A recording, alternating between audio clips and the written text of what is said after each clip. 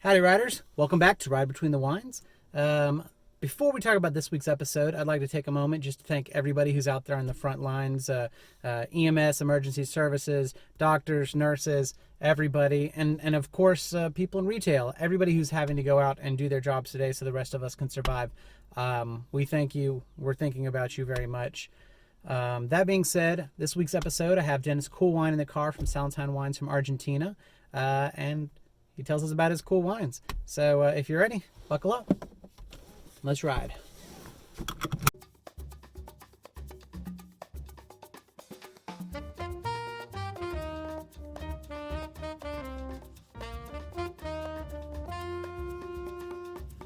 The world we live in is an amazing one, full of passion, wonderment, and of course, fine wine.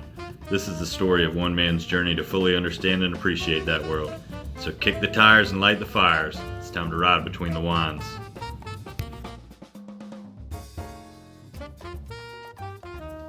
It's Burgundian in style. Just a whisper of cherry. Very nice legs. This is so perfectly balanced. Such an old world style. Is this laced with tobacco?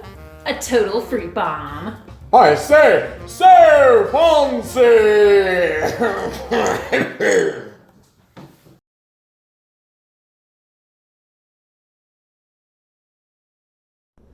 All right, welcome back to Ride Between the Wines. I'm here with Dennis Koelwijn, and he's going to tell us about some of his cool wines.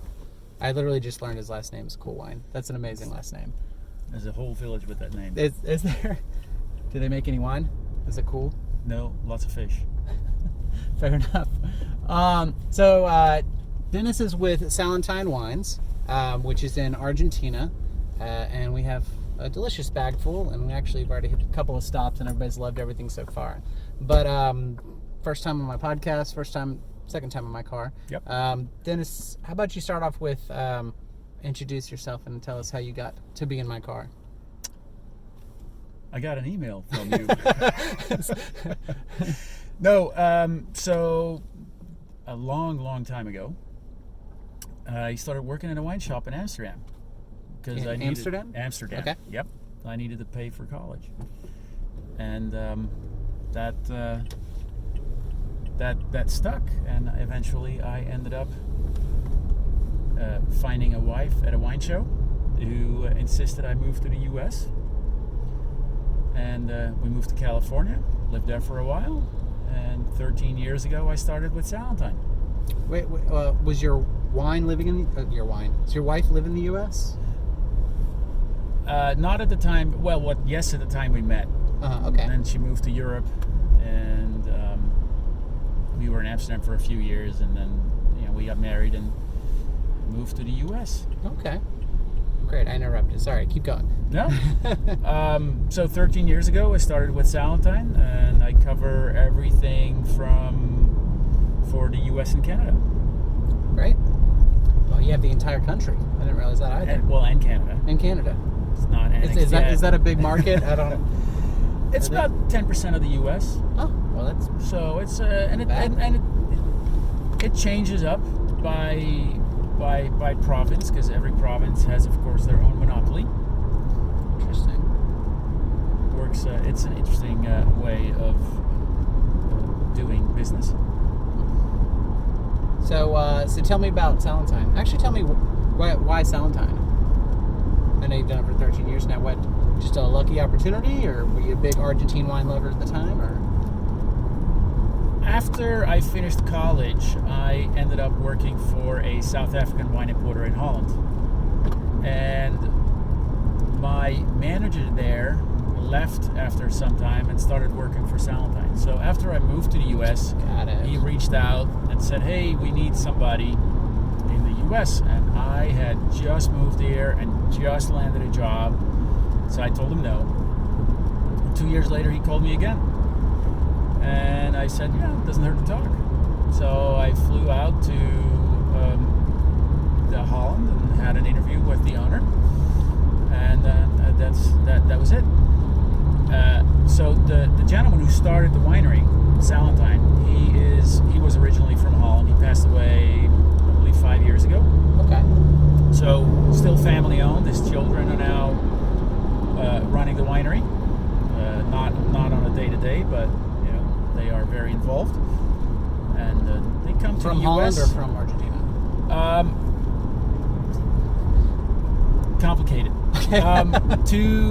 There's 3 children. Okay. The 2 daughters still live in Holland. Okay.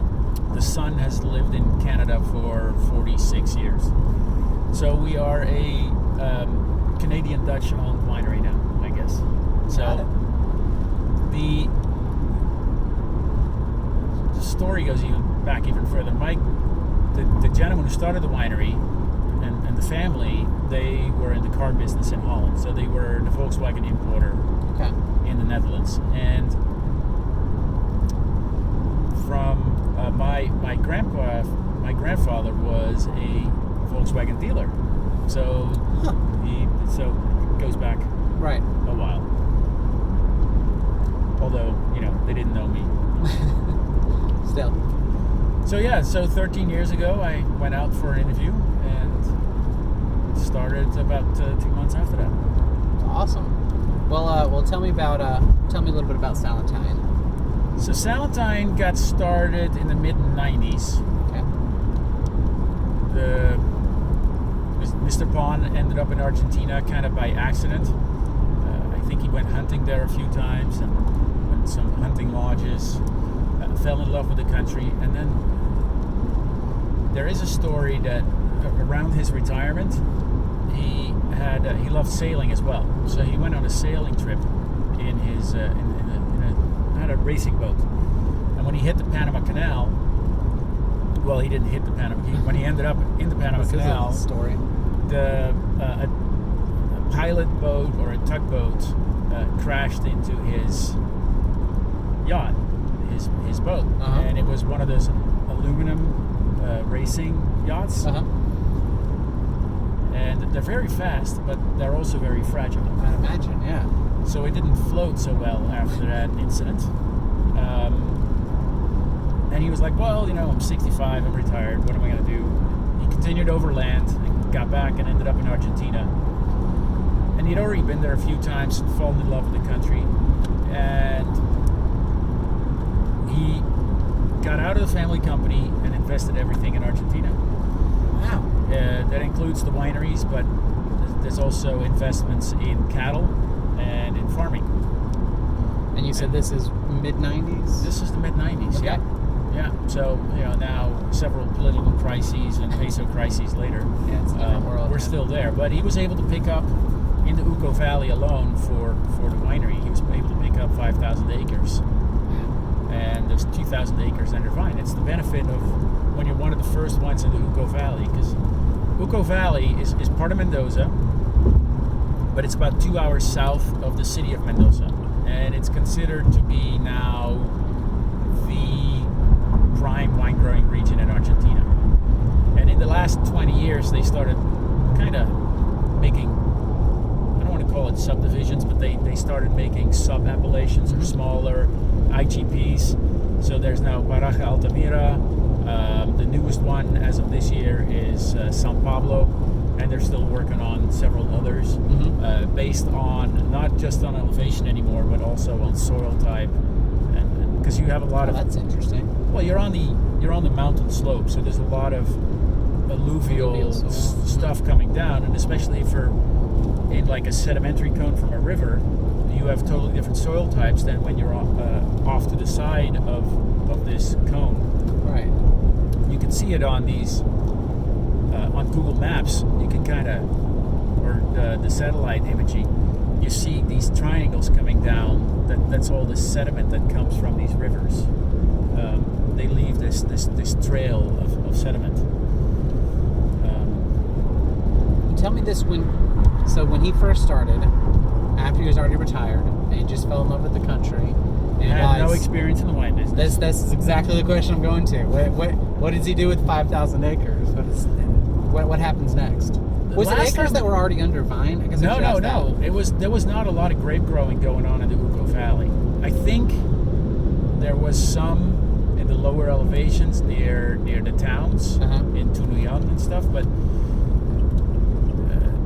There was one other winery, a French company, who started going into the higher ranges.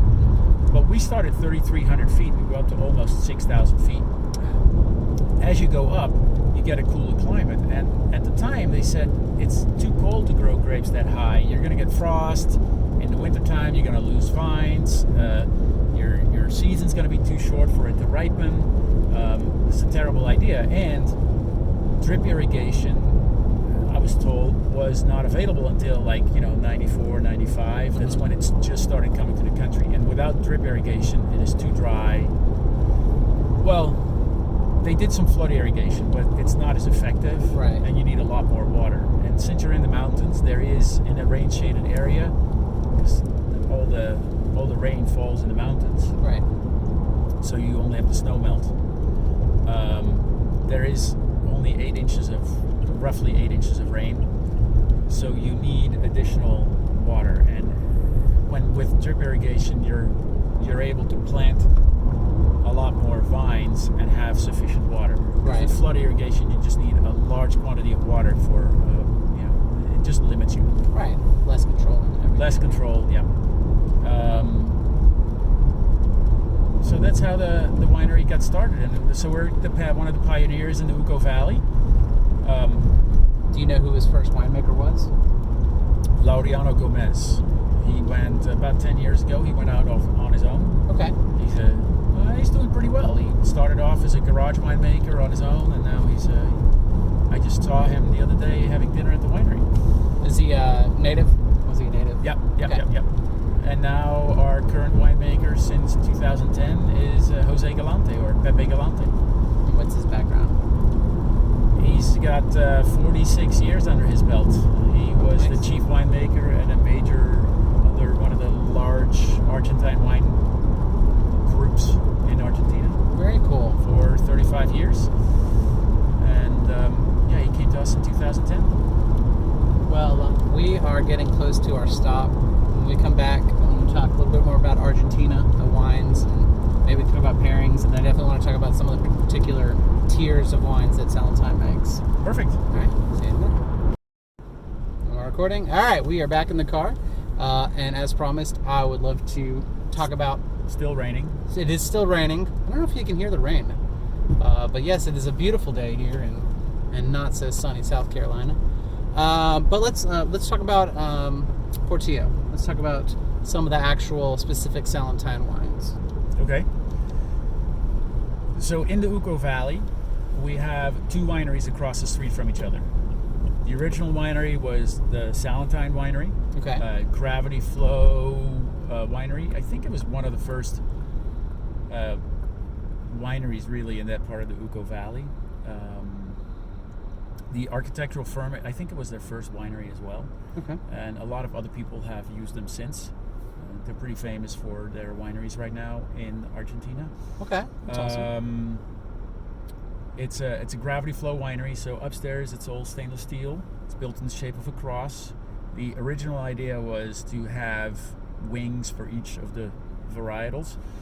Turns out Malbec took over, and history catches up with you that way, right? Or you have a plan, but then it goes the other way. And then after a few years, so that was built in 1999, 2000. And in 2004, they finished a winery across the street called Portillo.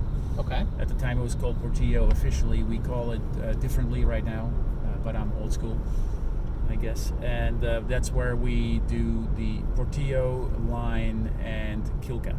Okay. And Killka is made by the same winemaker as Portillo, but he keeps his best barrels, his best lots, his best grapes for Killka. So it's but otherwise it's fairly. And who is he again? Well, we're in recent change. So Okay. right now, as of this year, it's Carlos Bauza. Okay. But the wines we have with us today were all made by Gustavo Bauza. So No relationship. no relations. The two Nope. Bauzas. Gotcha. Okay. Apparently, there's a fair amount of Bauzas Are there in a lot of Argentina. Bauzas? It's funny. And they all come. I think our marketing guy is Matthias Bauza, and I think the name comes from the Mario Brothers. the little islands off the coast of Barcelona, Oh, okay. Mallorca, and so apparently that's where all the Bauzas come from. Anyways, I think I interrupted you. So, you said they're doing the reserve stuff that he's kind of keeping aside for Killka. Yes, so Portillo is, the whites are unoaked, estate grown. The winery is right in the middle of the vineyards. So when we do harvest, within no time, in 10, 15 minutes, the grapes are in the winery. Ah, that's fantastic. So it keeps it all super fresh. It prevents anything. You don't have to put it on a truck for like hours to take it somewhere. It's immediately at the winery. That immediately, especially for Sauvignon Blanc, it immediately goes under gas, prevent any oxidization, and keep it just crisp. Fantastic. For the reds on Portillo, there's a touch of oak aging. Like, it's more like using salt on your food. It brings out the flavor a little bit. It lifts up the mid palate, enhances the fruit, but you don't really want to taste the wood, right? So it's very fruit forward, very varietal, correct wines. Then Killka, we use a touch more oak. So that's about 6 months for 20% of the wine. Okay.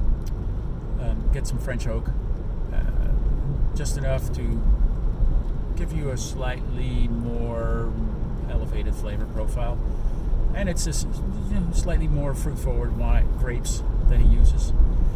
And what varietals or varieties of Killka are we talking about? Killka, we have Malbec and Torrontés. Let's talk about Torrontés. Okay. Torrontés is the great grape. How's Torrontés doing?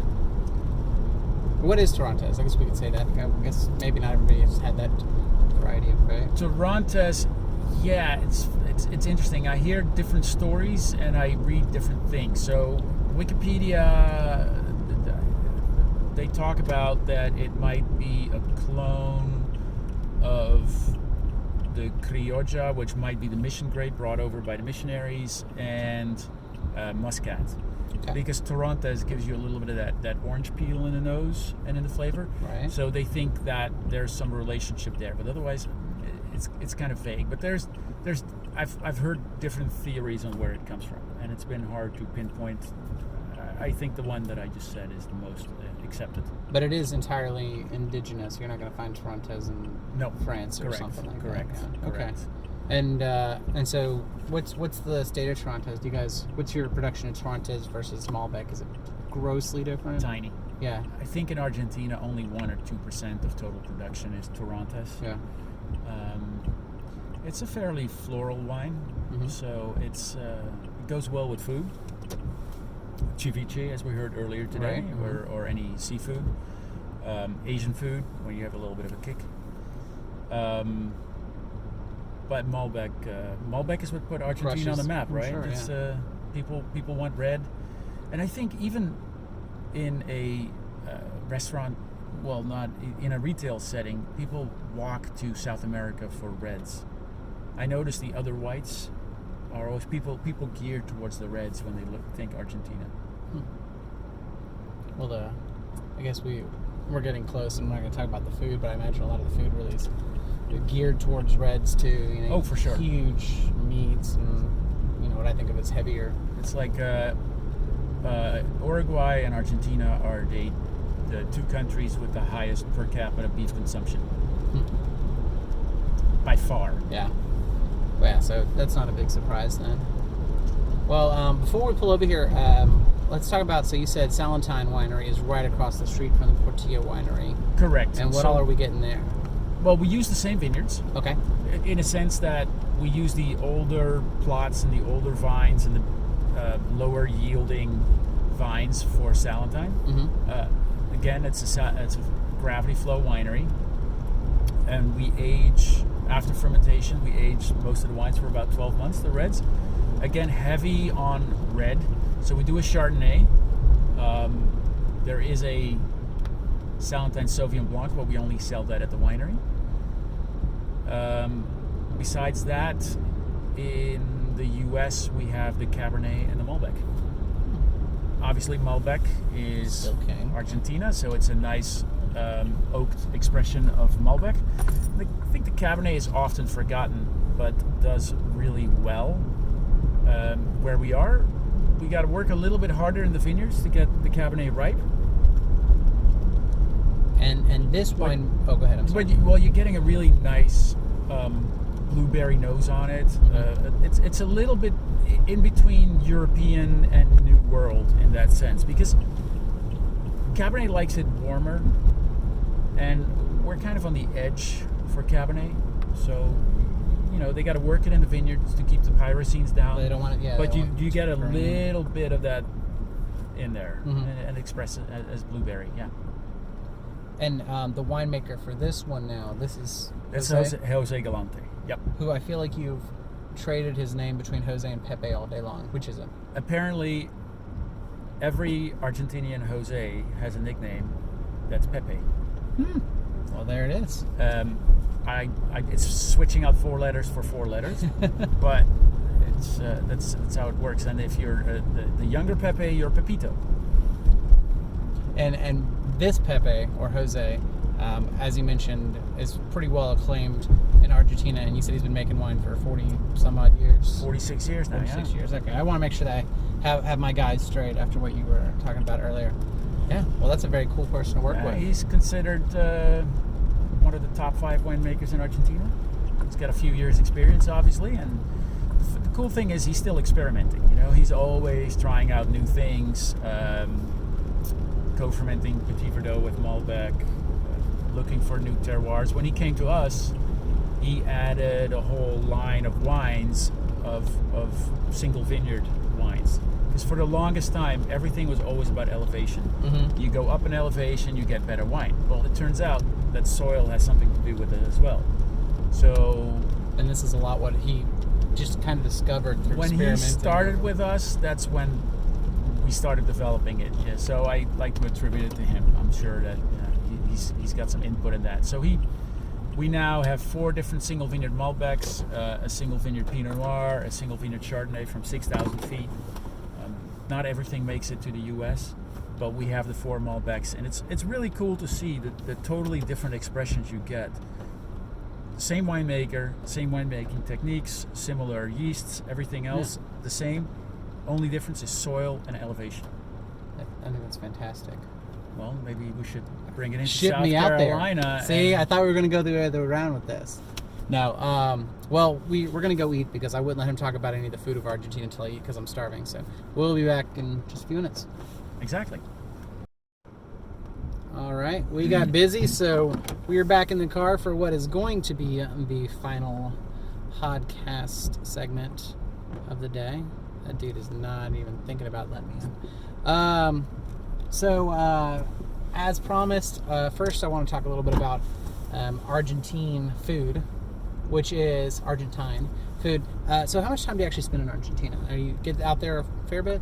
I go on average maybe 1 week a year. Oh, so that's, I would call that a good bit. Yeah, well, it's over 13 years. I've been there a few times. So if I get lucky, it's sometimes twice a year, but most of the time, it's about once a year. Okay. So food-wise, every time I'm there, it's lots of slowly grilled cow, and then some pork and chorizos and blood sausages, and I always like the offal, the sweetbreads and the blood sausages and the. I have to say I've never had intestine. blood sausage. The idea of it really sounds like something I'd be interested in, but I've never tried it. There's different ones. If you go to some of the Latin stores, you can get Argentine blood sausage and you can get Colombian blood sausage, because every country has a slightly different recipe. And it's some of them are more mushy and some of them are a little more drier. They got some rice in it, to keep it more of a consistency. And there's always a little bit of clove in there. So. Oh, like that. Yeah, but most of the time it's vacilla, which is bavette in French. It's it's kind of like flank. Okay. Hanger steak, no, sorry, not hanger steak. Flap steak, they do a lot. And of course you can ribeyes and fillets and all of that. But what they really do is they get the wood. So fresh wood, they burn off the wood. And that's most of the time off to the side. And then they take the embers and scrape that underneath the meat. So it is a low, slow grilling process. So it's not, barbecue is in an enclosed space with smoke. Here you use the embers, so you do get a nice smoke flavor from the embers, and it's low and slow. So I've noticed that over the years, as more and more foreign visitors coming, they're doing more the rare and the medium rare. But traditionally, everything is more cooked through. But because you're doing it low and slow, it doesn't dry out as much. Right, it doesn't feel like that. Yeah, I can see that. Right. I think if you're grilling something really hard on a flame, at like a 5,000 degree or whatever they always advertise at the steakhouses, like super high heat, where it goes super quick. Right. If you then overshoot, you dry out. But this is just, you put it off to the side a little bit and let it go. And I try to do that at home in the Weber kettle. Yeah. Yeah, just low and slow. So vegetables. That's exactly what I was going to ask. It what are sucks sides? to be a vegetarian, I think, in Argentina. Francis Malman, of course, is a famous chef from Argentina, and he's doing a lot with vegetables. I mean, you see his food images. He grills them over open fires, and he's got them in this cage and hung by strings. But every you don't time find I that to go be there, typical? most of the vegetables that I get is the arugula and tomato. Just as a little garnish, or like roasted down, or just No, whatever they no, throw on just there, the- just to make. They said. Yeah, no, it's a side. Yeah, arugula and tomato, and maybe some onion in there. What about white fish, poultry? Is there much Fish, not so much. If you're in Mendoza in the mountains, they have trout. Salmon always comes from Chile, so that's expensive. In Buenos Aires, I haven't seen a lot of fish. There is a fish restaurant, but it's definitely not their strong point. The meat is what really shines.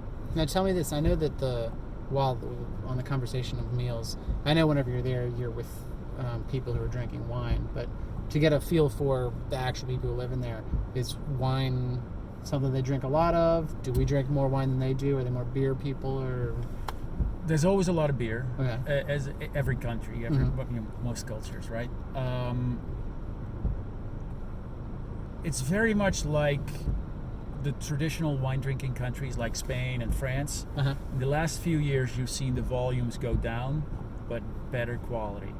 Okay. In the old days, because Argentina wasn't focused on exporting wine until like maybe the 90s, because they had such a large domestic market, and they were producing a lot of very affordable, low-priced wine. right? And large quantities were consumed in the country.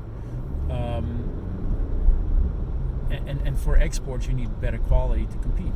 Correct. So that's what's been happening. That's been the revolution over the last 20, 25 years.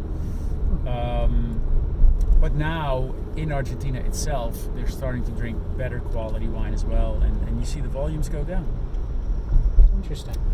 But what you also see is like what we've started to do over the last 5 years. Because when we started, everything was about elevation. If you go up in elevation, you get a better quality wine.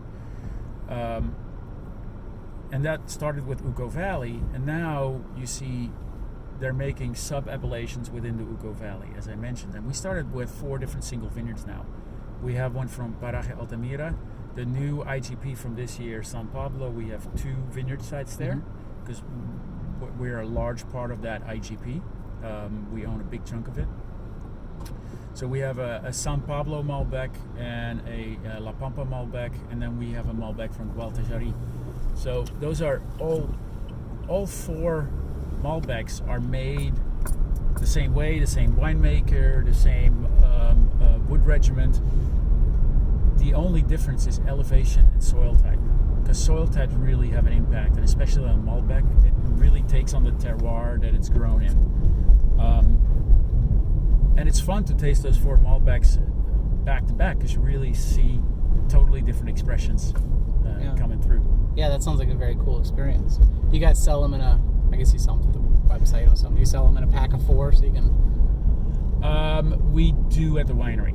At the winery, yeah. I have not brought it into the U.S. because the restaurant is always they're gonna say like, I like this one, but I don't like this one. That makes sense. So I don't, then you got to break up the case. So you're going to send me a 4-pack from the winery next time you're down there? Is that, I thought you like wanted that's to what come you're pick it up. Oh, you're right. We have to make that happen. I like that better. Yeah. Well, we're pretty close to the hotel here.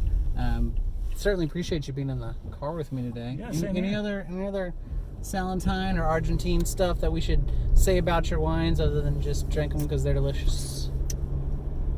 I think that covers most of it. Drink them because they're delicious. Drink them, they are estate grown, and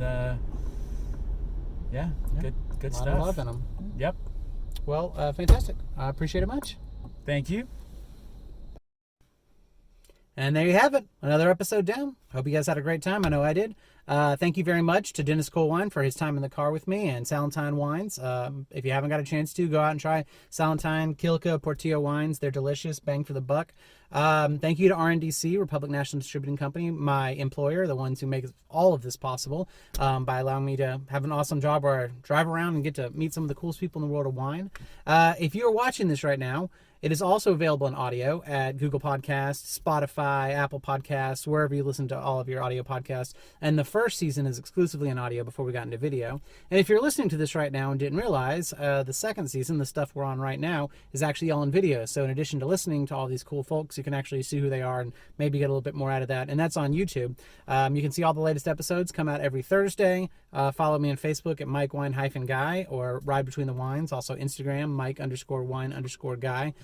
Please, if you're watching this, click subscribe, leave us a good review, and join us back next week when we have Chema Moro from Bodegas Muriel in Rioja. He was super fun to talk to, very cool guy, and it's going to be a great episode. Until then, chin chin.